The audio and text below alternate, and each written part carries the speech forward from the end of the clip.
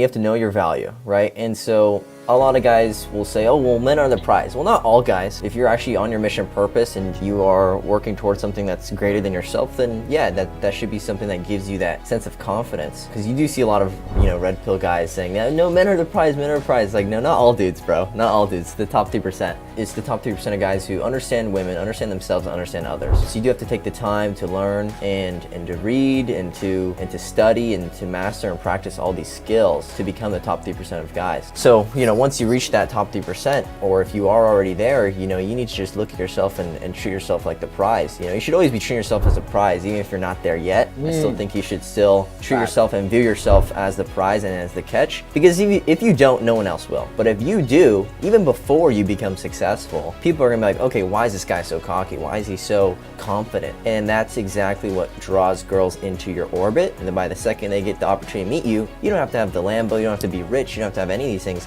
The second they're in your orbit, it's already fallen into place. They are going to be talking to you, they're already into you. It's kind of like peacocking, where you wear something crazy just to get the girl into your orbit, and then that's the bait. The same thing with high confidence, high ego, and all these things will draw girls towards you. But yeah, respecting your value is simply just, one, you have to know your value, and then also set boundaries. If anyone does not, respect that, or they do not see your value, or not treating you like the way that you want to be treated, when they're not reciprocating it, then yeah, you have to walk away and never look back. The issue is, you'll see high value dudes, technically high value, right?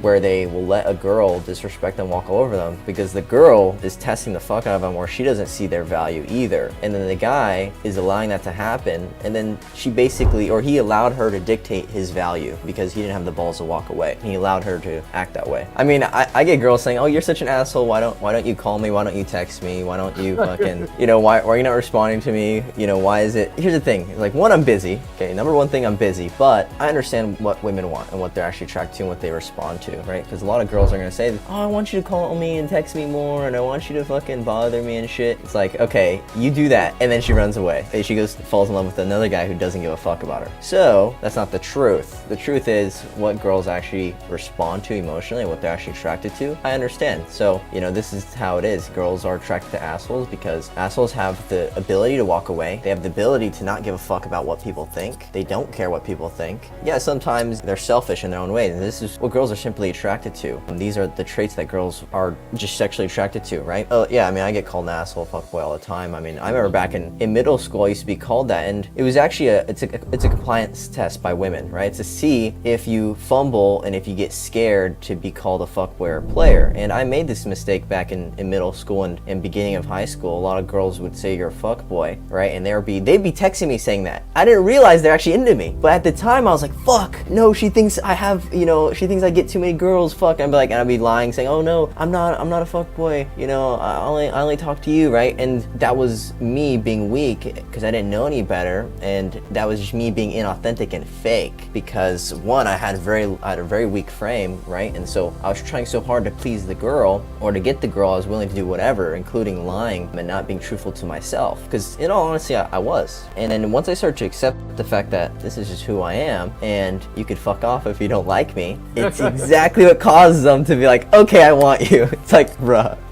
So it's super funny. I mean, I get guys all the time wondering like, why, Logan, why do you have all these girls? Like, you don't even talk to them, you don't call them, you don't text them, whatever. Why do you have so many of them fucking falling head over heels in love with you? It's like, because, man, it's like, and I'm being genuine though. It's not like I'm actually like, maybe in the beginning when you're learning game or whatever, you're like actually ignoring the girls on purpose. I genuinely I think about it this way. It's like, should I either hop on this call right now with this girl, or should I text this girl now, or should I go learn more ways to make money, or should I go learn more ways to help more people? So that's what I'm more passionate about, really. And I'd rather just see the girl in person. Like, hey, if you want to call me or text me, fuck that, just come over here in person. That's what I'm more about. Yeah, I mean, I've had to do it with girls that I think I was dating for 2 years. One time this chick was like going through my phone and shit, like behind my back, and I have no issues with it, but she was just going through my phone. I walked in and she like hides it or whatever. I'm like, so what are you doing, And she's like, nothing. She tried lying. I'm like, okay, cool. I'm gonna call you an Uber home, or I'm gonna call you a ride home, just because I don't like girls who lie. And this girl I've been dating for like 2 years, right? But I have like super strict boundaries and rules for girls that I actually take seriously, right? And this girl was actually taken seriously, and she was one of my girlfriends. And then yeah, she lied. I was like, all right, cool. So if you want to lie, then, you know, I'll just call you an Uber. And I called her the Uber, and then, you know, because she was like trying to argue and make all these excuses. Oh, but you talking to other girls, and I see you talking to other girls, you know, complaining, whatever. I'm like, all right, you know, if you have a problem with that, then, you know, you should just go home, because I have a problem with you lying, and then you have a problem with me talking to other girls, so this is perfect. And then I start calling the Uber, and then she's like, okay, I'm sorry, you know. It's really just frame. It's just holding your frame and standing up for what you want, and standing up for what you like and what you don't like, and making it very clear. Because I have no issue with girls if they want to check my phone. I'm like, okay, just, you know, don't be surprised when you see your friends. They're always testing. It doesn't matter if you've been married for 10 years, 5 years, 1 month.